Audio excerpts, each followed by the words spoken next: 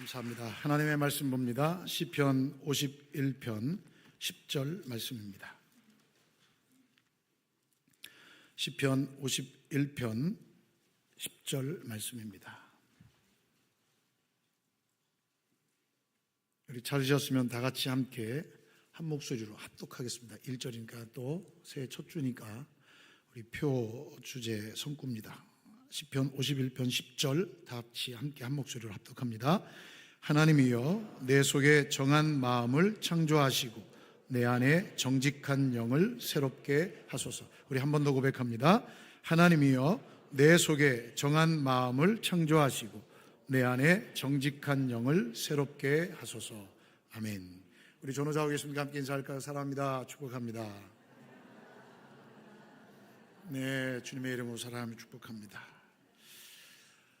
2026년도 또 새해가 밝았고 또 새해가 시작되고 있습니다. 저는 2026년도를 새롭게 시작하면서 하나님의 자비와 긍휼하심을 원합니다. 하나님께서 새로운 한 해를 우리에게 허락해 주셨습니다. 우리가 2026년도를 맞이했다는 것은 하나님의 사랑이며 하나님의 은혜입니다. 이 시간과 이 기회는 하나님께서 우리를 사랑하신다는 증거라고 저는 생각합니다.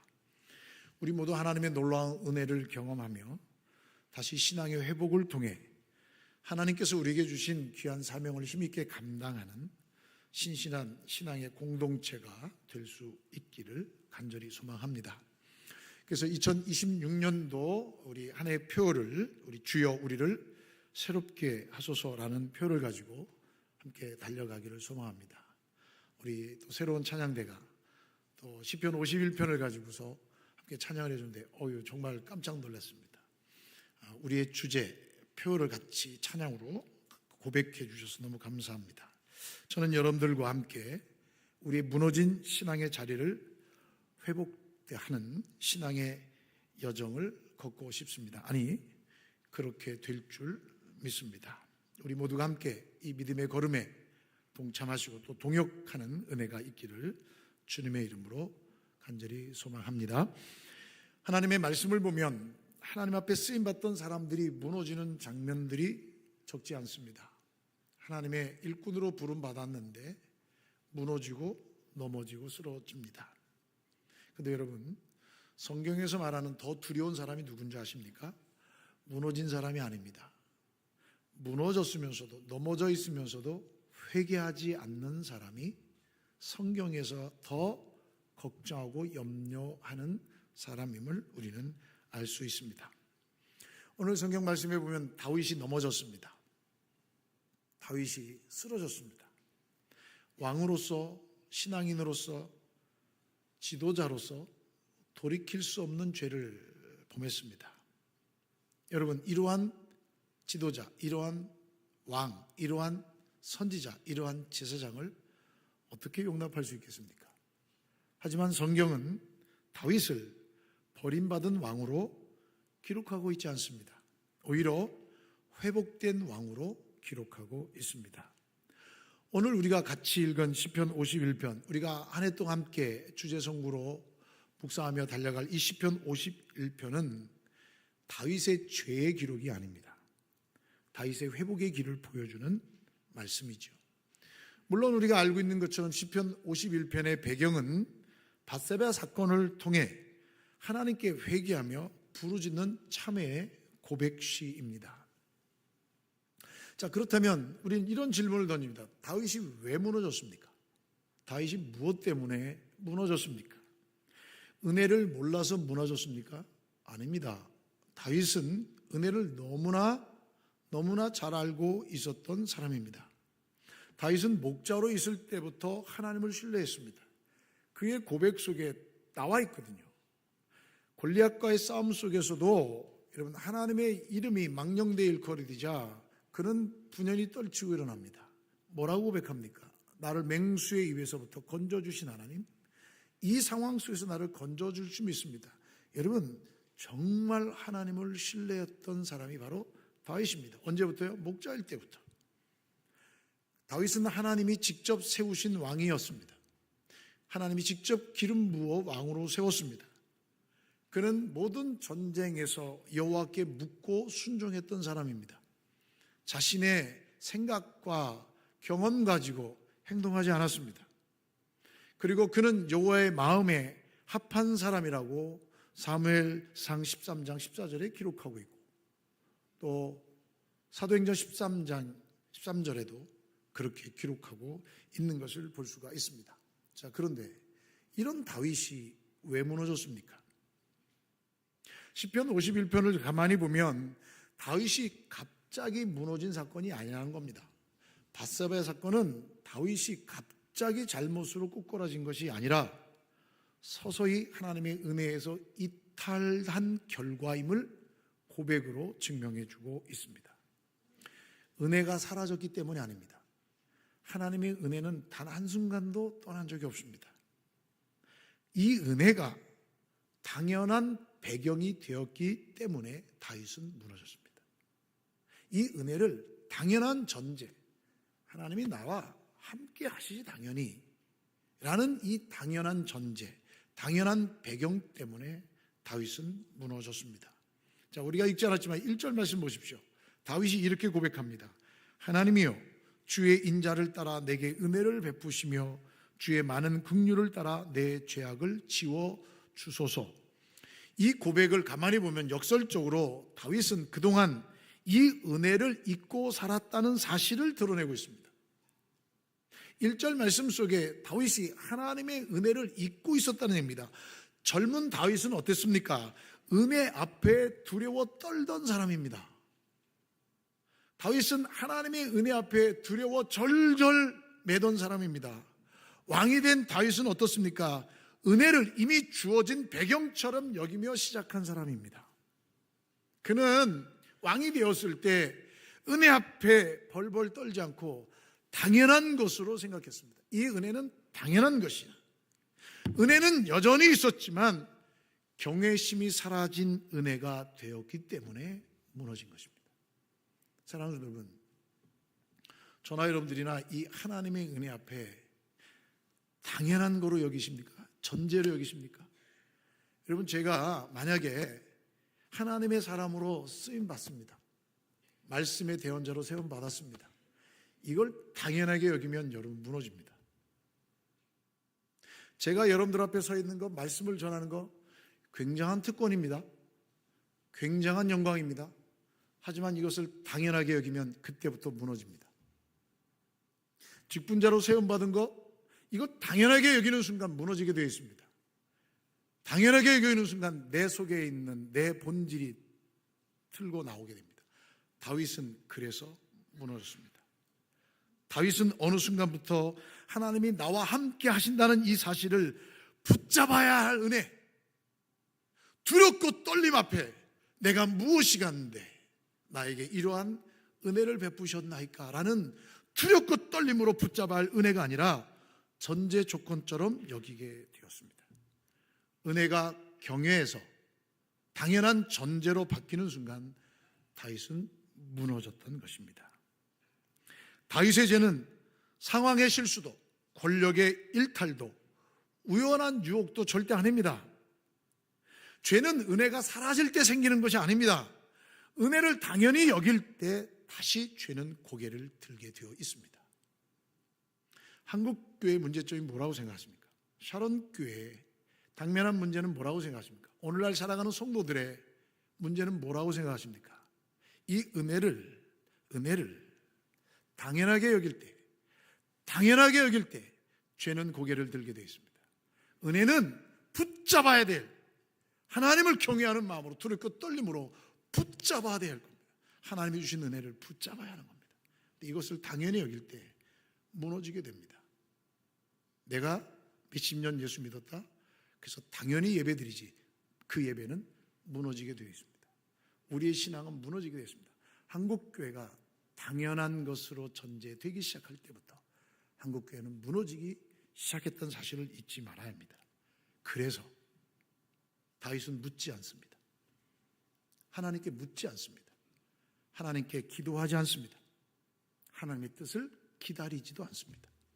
사랑하는 여러분, 이 자리가, 여러분들의 자리가, 우리의 섬김의 자리가, 신앙의 자리가 하나님 앞에 기도하지 않아도 되는 것처럼 여기는 그 순간이 하나님의 은혜를 당연한 존재로 여길 것이고, 그것이 바로 우리의 무너짐의 출발이라는 사실을 잊지 말아야 합니다. 왜 우리는 신년 벽두부터 이 추운 겨울날 새벽을 가르며 함께 기도하기를 원합니까? 여러분, 하나님의 은혜를 붙잡기 위해서입니다. 당연한 것이 아니라 우리의 전 존재가 하나님의 손에 있음을 의지하는 겁니다. 나는 넘어질 수밖에 없는 존재입니다. 나는 유한한 존재입니다. 내 시간을, 내 존재를, 내 삶을 하나님께 맡깁니다. 하나님께 올려드립니다. 이게 우리의 고백입니다. 저도 힘들어요. 정말 힘들거든요. 벌써부터 여러분 막 그냥 오금이 저려옵니다. 일주일 동안 달려갈 생각하면 여러분 정말 정신이 혼미해집니다. 그런데 여러분, 우리는 이렇게 하지 않으면 하나님의 은혜를 붙잡을 수 없는 유한한 존재요, 연약한 존재라는 사실을 잊지 말아야 합니다. 다윗 보십시오.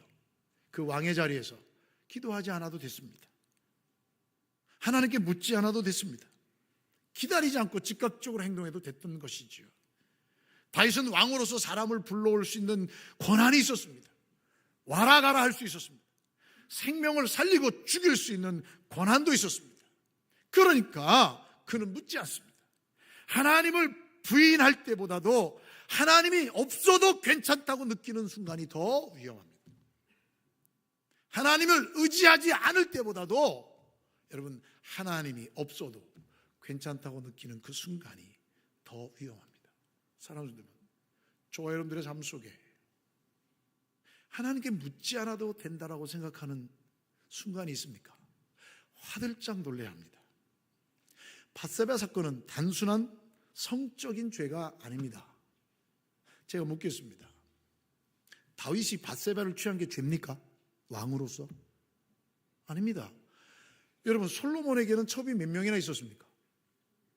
상상할 수 없을 만큼의 많은 힘을 가지고 있습니다. 여러분, 그는 사람을 불러서 자기 것을 취할 수 있는 권한이 있고 죽이고 살릴 수 있는 권한이 있었습니다.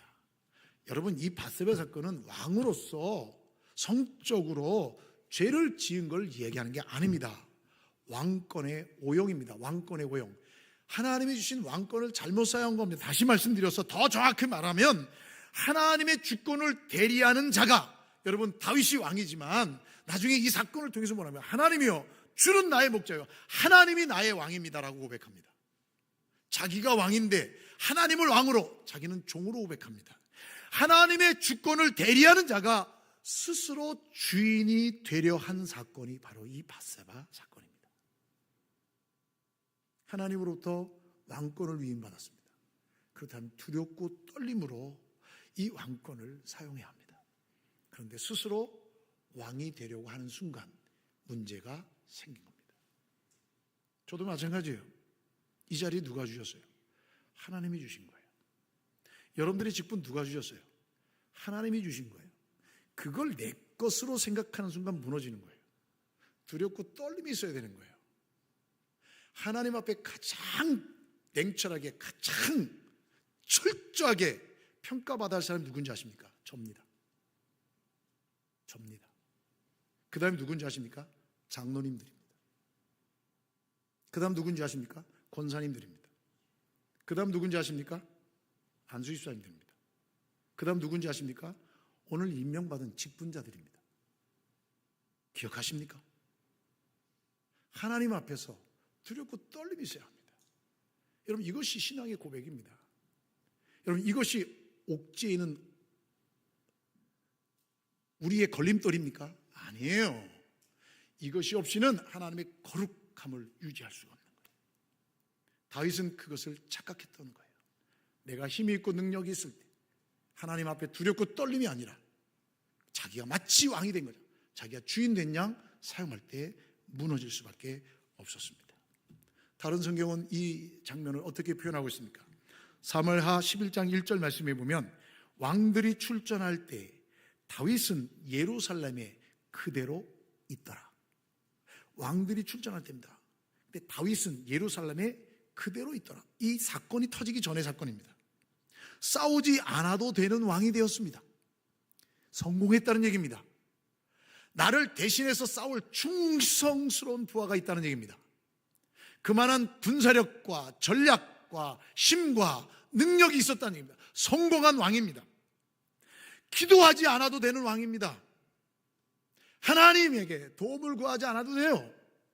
내 힘과 내 능력으로 다 할 수 있어요. 오늘날 여러분, 우리가 살아가면서 싸우지 않아도 되고 기도하지 않아도 되고 위험에 전혀 노출되지 않는 그러한 신분에 있다면 여러분, 그 분명히 성공한 겁니다. 그러나 성공은 다윗을 무능하게 만든 것이 아니라 경계심을 약화시켰던 것이죠. 성공이 우리의 경계심을 약화시킨 겁니다. 성공은 두렵고 떨림으로 받아야 할 하나님의 은혜입니다. 이걸 잊어버리는 순간 무너지게 되어 있습니다. 경계심이 무너집니다. 다윗은 외적인 질서, 자신의 왕국은 유지했는지 모르겠습니다. 하지만 내적인 질서, 마음의 통치는 무너진 것이죠. 이것이 다윗이 넘어진 이유입니다. 그렇다면 여러분, 하나님께서는 이 다윗을 어떻게 회복시켜 나가십니까? 하나님께서 어떻게 일을 해 나가십니까?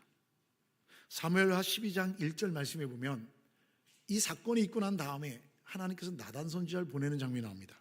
여호와께서 나단을 다윗에게 보내시니, 이렇게 되어 있습니다. 하나님께서 다윗을 회복시키는 첫 번째 방법은 말씀으로 다윗을 직면하게 합니다. 말씀 앞에 서게 합니다. 하나님의 말씀 앞에.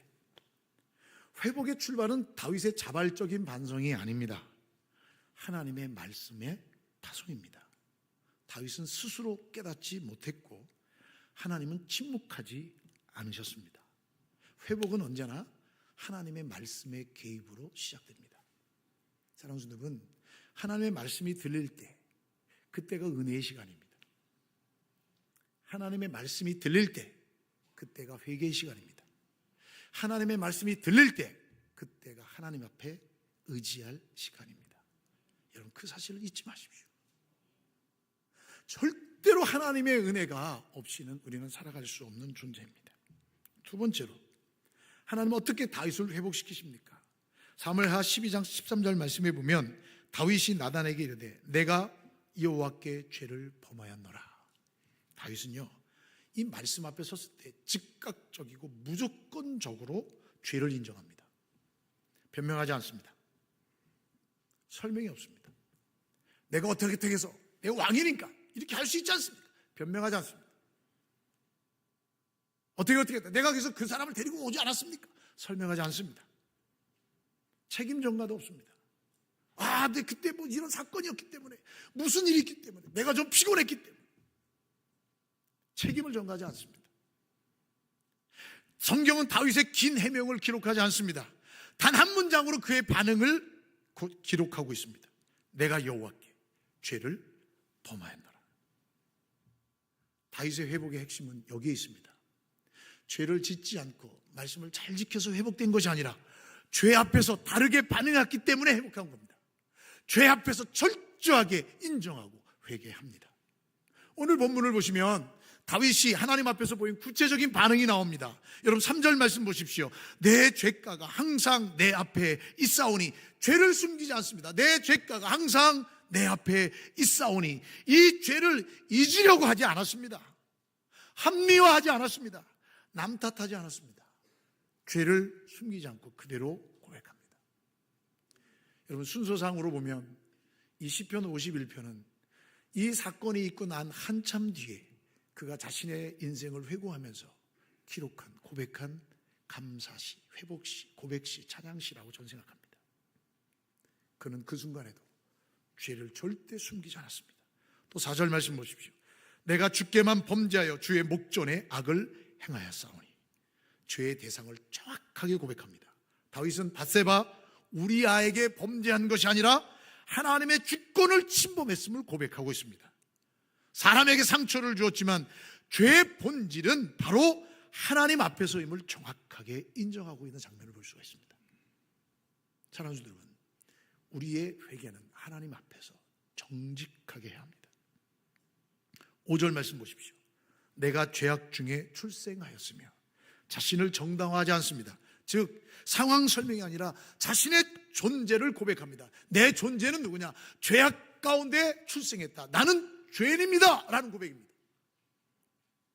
제가 목회를 하는 목사라도 하나님 말씀 앞에서는 나는 죄인입니다. 내가 신앙생활 오래 했어도 하나님 말씀 앞에서는 하나님 저는 죄인입니다. 이게 우리의 본질이며 존재입니다. 이걸 잊지 마셔야 합니다. 우리는 언제나 하나님 앞에서 죄인임을 잊지 마셔야 합니다. 이것이 우리의 회복의 출발이고 하나님의 은혜의 출발입니다. 또 하나 보십시오. 10절 보세요. 오늘 본문입니다.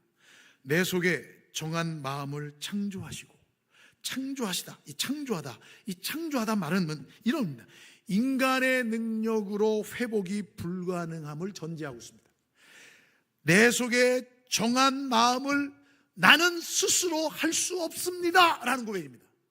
내 속에 정한 마음을 창조하시고, 다시 말씀드려서 다윗은 이렇게 말하잖아요. 하나님 다시 노력해 보겠습니다. 하나님 다음엔 잘하겠습니다. 하나님 실수하지 않겠습니다. 이렇게 말하지 않고 이렇게 얘기합니다. 주님 나를 다시 만들어 주옵소서. 주여 우리를 새롭게 하소서. 이 고백입니다. 하나님이여 나를 새롭게 하소서. 여러분, 경건의 회복은 결심이 아닙니다. 우리의 결심으로 경건이 회복되지 않습니다. 우리의 결심으로 헌신이 회복되지 않습니다. 영성의 회복은 하나님의 재창조입니다. 하나님이 다시 창조해 주시고 주여 우리를 새롭게 하소서. 이 모든 권한이 하나님께 있음을 맡길 때 하나님의 은혜가 임하면 우리는 새로워집니다. 이 새로움의 은혜는 날마다 경외함으로 붙들어야 할 것입니다. 언제까지요? 하나님 나라 갈 때까지. 우리의 신앙의 연수를 자랑할 수 없어요. 우리의 노력을, 우리의 업적을, 우리의 공과를 자랑할 수 없어요. 하나님께서 해주셔야 되는 거예요. 하나님이 회복해 주셔야 되는 거예요.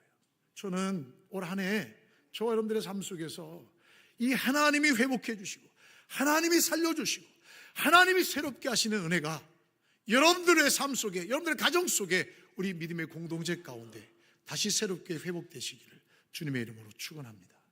이 은혜를 사모합니다. 이 은혜가 있을 때 하나님이 부어주시는 축복을 경험해요.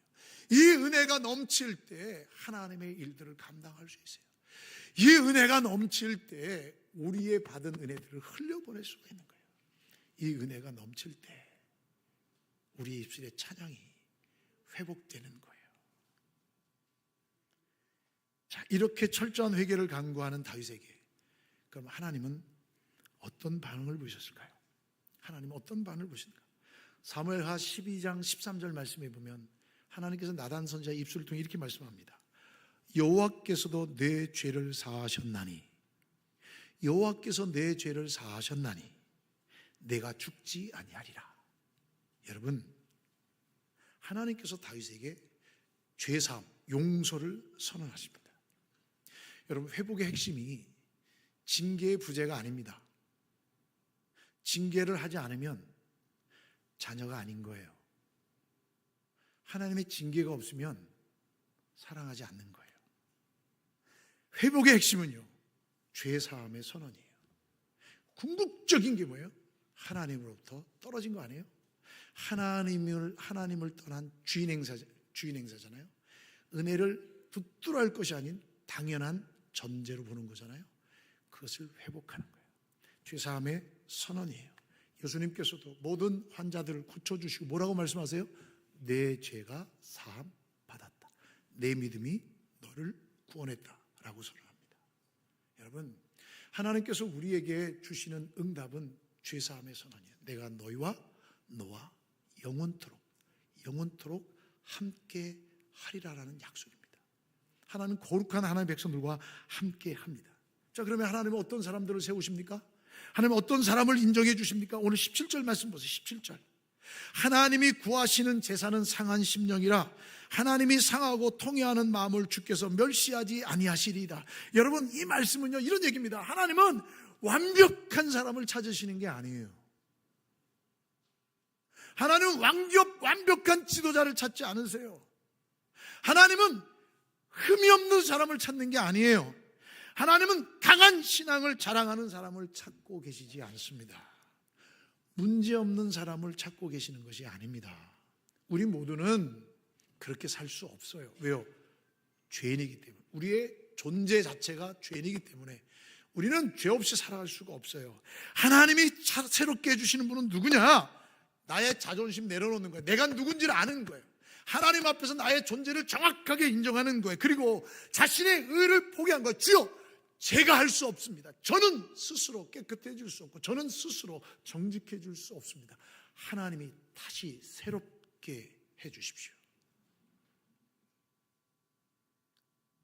더 나아가서 하나님의 긍휼 외에는 붙들 것이 없는 사람을 하나님은 새롭게 하십니다. 하나님, 주님의 은혜로만, 주님의 긍휼로만 제가 새로워질 수 있습니다. 간구하는 사람을 하나님께서 새롭게 해 주십니다.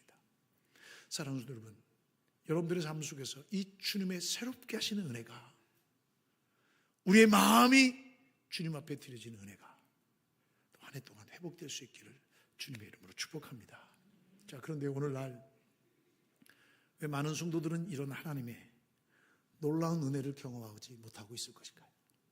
여러분, 그게 왜 그렇다고 생각하십니까? 여러분, 첫 번째는 뭐냐면 죄보다 체면을 더 두려워하는 거예요. 왜 하나님 앞에 회개하지 못하느냐? 체면 때문에. 여러분, 체면 때문이에요. 제가 한번 묻겠습니다. 제가 남자니까 우리 남자 성도님들에게 한번 여쭤볼게요. 여러분들 부모님, 어머님 앞에서 옷 갈아입을 수 있어요? 나를 낳아주고 길러주신 어머니 앞에서 옷 갈아입을 수 있어요? 못 갈아입겠던데요. 근데 누구 앞에서는 갈아입어요? 부인 앞에서는 갈아입어요. 아내 앞에서는 갈아입어요. 왠 줄 아세요? 체면, 그게 문제가 아니거든요. 부부의 관계는 체면이 없어요. 그러니까 내 체면 굳이 감출 필요 없는 거예요. 그러니까 여러분, 일상생활에 전혀 그런 체면을 따지지 않아요. 부부의 관계는 신뢰잖아요.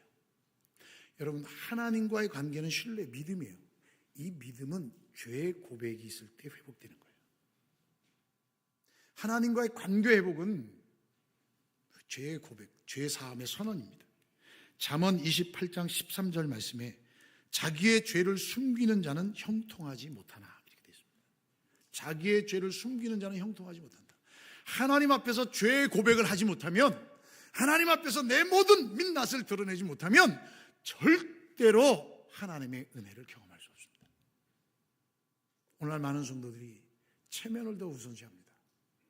그러는 순간 은혜는 사라집니다. 두 번째로, 오늘날 왜 많은 성도들이 하나님의 은혜를 경험하지 못하는가? 여러분, 예레미야 17장 9절 말씀에 보면 만물보다 거짓되고 심히 부패한 것은 마음이라, 이렇게 되어 있습니다. 마음이 부패했다. 무슨 얘기입니까? 말씀보다 자기 합리화를 먼저 선택하는 거예요. 하나님 앞에서 자기 합리화. 내가 이 정도 누구나 할 수 있지. 내가 뭘 잘못했다고. 내가 나를 위해서 한 거야? 교회를 위해서 했지. 내가 나를 위해서 한 거야? 우리 가정을 위해서 했지. 자기 합리화를 시키는 거예요. 여러분, 하나님께서 말씀 앞에 섰을 때, 말씀의 가치 앞에 섰을 때, 그 말씀의 은혜를 경험한 사람이 하나님의 은혜를 경험할 수 있습니다. 또 하나는요, 회개를 사건이 아니라 감정으로 오해하는 거예요. 회개는 사건입니다. 고린도후서 7장 10절 말씀에 하나님의 뜻대로 하는 근심은 후회할 것이 없는 구원에 이르게 하는 회개를 이루는 것이요, 근심은, 하나님의 뜻대로 하는 근심은 후회할 것이 없는 구원에 이르게 하는 회개를 이루는 것이 무슨 얘기냐면, 하나님 앞에 회개한 것은 사건이에요. 절대 잊을 수가 없는 거예요. 회개는 철저히 하나님 앞에서 돌아서는 거예요. 그 기억을 잊을 수가 없는 거예요. 그래서 그 문제들만 생각할 때마다 늘 하나님 앞에 엎드리는 거예요. 이것이 우리의 모습이어야 되는 거예요. 이것이 없이 감정에 주님 제가 회개합니다. 용서해 주세요. 가끔 이렇게 얘기하면 사람들이 물어봐요. 아내가 사람들이 물어봐요. 진짜야? 무슨 얘기죠? 안 믿겨진다는 얘기죠. 가까운 사람들이 얘기합니다. 영혼을 담아서 좀 얘기 좀 하지. 무슨 얘기예요? 전혀 속에 진리를 느낄 수 없다는 얘기 아닙니까? 여러분, 회개는 하나님의 은혜를 경험하는 것은 절대로 감정적인 변화가 아닙니다. 사건이어야 합니다. 철저하게 하나님 앞에 내려놓을 수 있어야 합니다. 사랑하는 성도, 오늘 여러분들은 어떤 모습으로 이 자리에 서 있습니까? 혹시 겉으로는 괜찮아 보이지만 내 마음으로는 굳어져 있어서 이 하나님의 은혜조차 무엇인지 모르고 당연한 것으로 여기고 있지는 않습니까? 하나님의 은혜를 붙들어야 하고 그 은혜 가운데 있다면 하나님을 두렵고 떨리는 경외하는 마음으로 있어야 되는데 지금까지 신앙생활해 온 그 결과로만, 전제로만 서 있지 않습니까? 혹시 죄보다 체면을 더 지키고 있지는 않습니까? 혹시 이 정도면 괜찮다라는 생각으로 하나님의 긍휼을 구하지 않고 있지는 않습니까? 나만 그런 거 아닌데 뭐, 다른 사람도 그랬는데 뭐, 다 아는 건데 뭐, 이 정도면 괜찮지 뭐, 그렇게 생각하면서 하나님의 긍휼을 구하지 않고 넘어가려고 하고 있지는 않습니까? 우리는 저와 여러분들 다시 주여 우리를 새롭게 하소서. 하나님 나를 다시 살려 주옵소서. 하나님 나를 다시 창조해 주시옵소서. 새롭게 만들어 주옵소서. 이 다윗의 기도가 저와 여러분들의 기도가 되기를 주님의 이름으로 축원합니다. 오늘 10절 말씀 다시 보십시오. 하나님이요 내 속에 정한 마음을 창조하시고 내 힘이 아닙니다. 하나님의 능력입니다. 내 안에 정직한 영을 새롭게 하소서. 나를 주 앞에서 쫓아내지 마시며 주의 성령을 내게서 거두지 마소서. 12절입니다. 주의 구원의 즐거움을 내게 회복시켜 주시고 자원하는 심령을 주사 나를 붙드소서. 구원의 기쁨을 내게 회복시켜 주시고 자원하는 심령을 주사 나를 붙들어 주옵소서. 우리는 이제 한 해 동안 이렇게 기도했으면 좋겠습니다. 주여 우리를 다시 만들어 주옵소서. 나를 다시 만들어 주옵소서. 하나님 주여 우리의 교만을 내려놓게 하여 주옵소서. 하나님의 긍휼과 자비만을 의지하게 하옵소서. 우리의 기도가 다시 새로워져서 하나님의 은혜가 풍성하게 회복되고 어떤 상황 속에서 다시 일어나는 은혜의 성도들, 은혜의 공동체, 은혜의 가정이 되시기를 주님의 이름으로 축복합니다. 하나님께서 절대로 우리의 기도를 외면치 않으시고 우리의 고백과 우리의 헌신 가운데 다가와 주셔서 위로해 주시고 선포해 주시리라 믿습니다. 2026년도 이 말씀을 붙들고 함께 믿음으로 달려가는 저와 여러분 다 되시기를 주의 이름으로 축원합니다. 기도하시겠습니다. 하나님 아버지 감사합니다. 우리는 연약한 모습 그대로 주님 앞에 섰습니다. 우리는 또 넘어집니다. 주님, 우리가 다시 주님의 손 붙잡고 일어날 수 있도록 은혜를 베풀어 주옵소서. 하나님의 그 은혜를 당연한 것으로 여기지 않게 하시고 붙들어야 할 놀라운 하나님의 축복임을 기억하게 도와주시고 날마다 하나님의 은혜 가운데 경외하는 마음으로 살아갈 수 있도록 도와주옵소서. 하나님 아버지, 우리의 믿음의 고백을 통해 하나님께서 영광 받으시고 하나님이 세워주심의 능력을 통해 회복의 은혜를 경험케 하시며 주여 우리를 다시 새롭게 하심으로 하나님의 영광 가운데 서 있게 하여 주옵소서.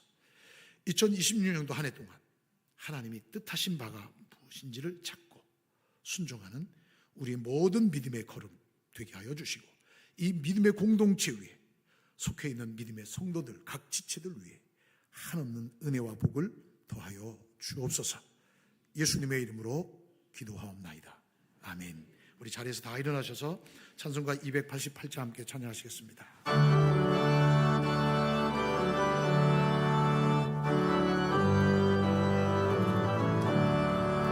예수 나의 구주 삼고 성령과 피로써 거는 날이 이 세상에서 내 영혼이 하늘의 영광 누린다.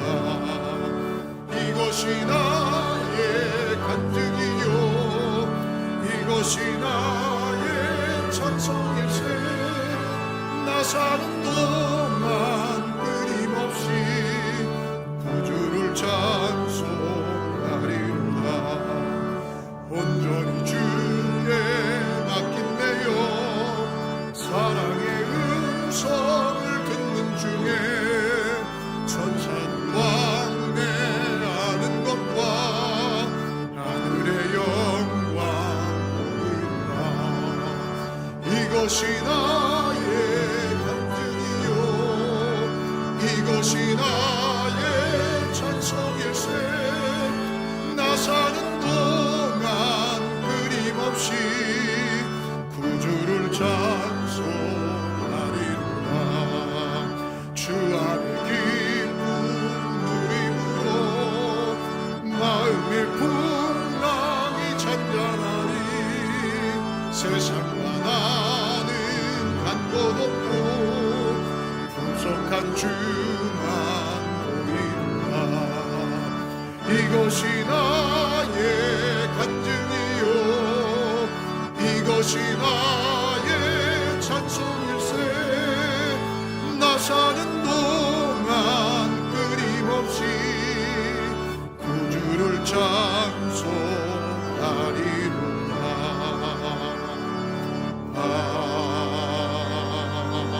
아멘. 제가 한 가지 광고 말씀 더 드리겠습니다. 3부 예배 마친 후에 1시 30분서부터 사랑방 모임 갖습니다. 기억해 주십시오. 1시 30분 교회에서 일정한 시간은 1시 30분입니다. 그러나 각 사랑방별로 우리 순장님과 순원들이 함께 의논하셔서 일정들을 조율해 주시면 대단히 감사하겠습니다. 그리고 이 5층에서도 사랑방 모임을 가질 수 있도록 했으니까 꼭 참고하셔서 귀한 나눔의 시간 될 수 있기를 부탁드리겠습니다. 기도하시겠습니다. 지금은 우리의 유일한 구원자 되시는 우리 주 예수 그리스도의 은혜와 우리를 향한 그 사랑을 변함없이 끝까지 지켜오시며 베풀어 주시는 하나님의 넓고 다함이 없는 그 사랑하심과 우리를 회복시켜 주시고 새롭게 하시는 성령 하나님의 위로교통 감화 감동하심의 역사가 우리를 새롭게 하소서 고백하며 우리의 전생애를 주님의 은혜 가운데 맡기고 하나님을 경외하는 마음으로 믿음의 복된 걸음을 걸어갈 것을 다짐하고 언제나 주와 함께 동행하는 복을 누리기를 소망하며 일어서는 주의 모든 믿음의 성도들 머리머리 위에와 가정 위에 일터 위에 생업 위에 자녀들 위에 환우들의 간절한 부르짖음과 소망 가운데 해외군에 가 있는 자녀들 성도들 머리 위에 생명을 위해 간구하는 가정과 복중의 생명까지 이제부터 영원토록 함께 있을지어다. 아멘.